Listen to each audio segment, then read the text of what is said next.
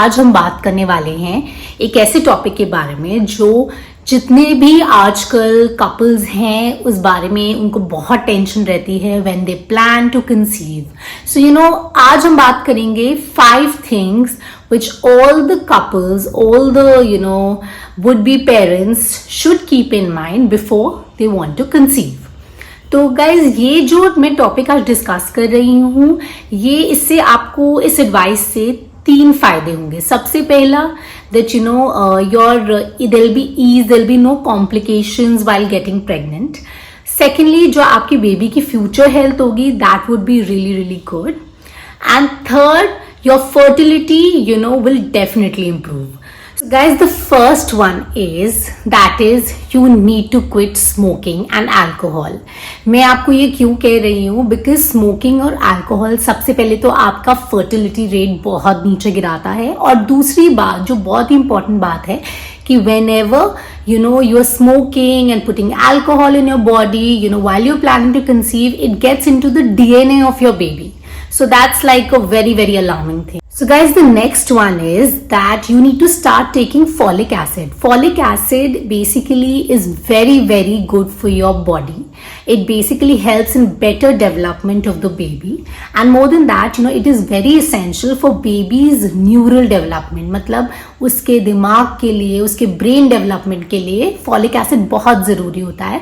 And when you will go to a doctor and you will tell them that I'm trying to conceive, तो वो आपको जब आप conceive करने का ट्राई कर रहे हो उससे 2 महीने पहले से वो आपको फॉलिक एसिड देना शुरू कर देंगे because it is super necessary for your babies health.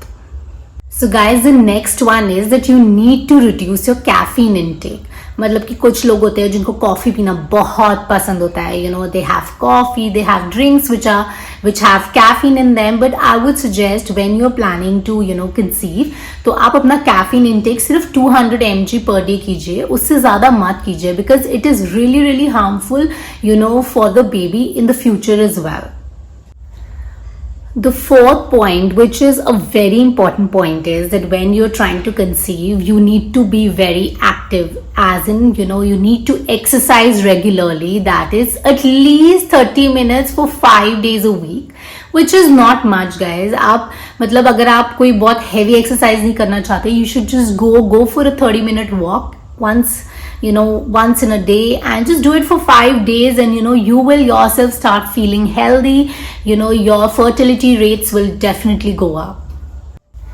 And guys, जो ये लास्ट पॉइंट है आई थिंक वो सबको ही पता है, and that is you need to eat well. Eat well means you need to eat a balance diet. आपकी diet में कार्ब्स होने चाहिए, प्रोटीन्स होने चाहिए, मतलब कि आप होल ग्रेन्स भी डालिए, वेजिटेबल्स भी डालिए, and avoid all the junk food, the package food, because package food में बहुत सारे एडेड प्रेजर्वेटिव्स होते हैं which basically lowers the fertility rate. So जो भी आप खाएं वो फ्रेश फूड खाइए. एंड अगर आपको लगता है you're not able to balance your food and you're not able to figure out क्या खाना चाहिए क्या नहीं खाना चाहिए, so I would suggest you can always consult a nutritionist and आप उनसे एक proper diet ले सकते हैं.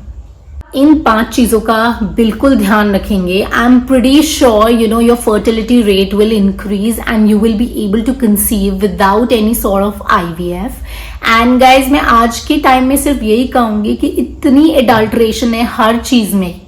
एंड मैं कभी कभी ये भी सोचती हूँ दैट हम इतना एडल्ट्रेटेड फूड खाते हैं और यही हमारे इसी से हमारे बेबीज बनते हैं. सो आई जस्ट फील थोड़ा सा अगर आप ध्यान दें before conceiving, that can be really really helpful for your babies health in the future. So guys, आज के लिए बस इतना ही. अगली बारी हम फिर मिलेंगे. प्लीज अगर आपको कोई और पॉइंट पता हो which will help in conceiving for the would-be parents in a much faster way, please do mention in the comment section. And अगली बारी हम फिर मिलेंगे किसी नए टॉपिक के साथ. And here's Mommy Saga signing off. Bye bye.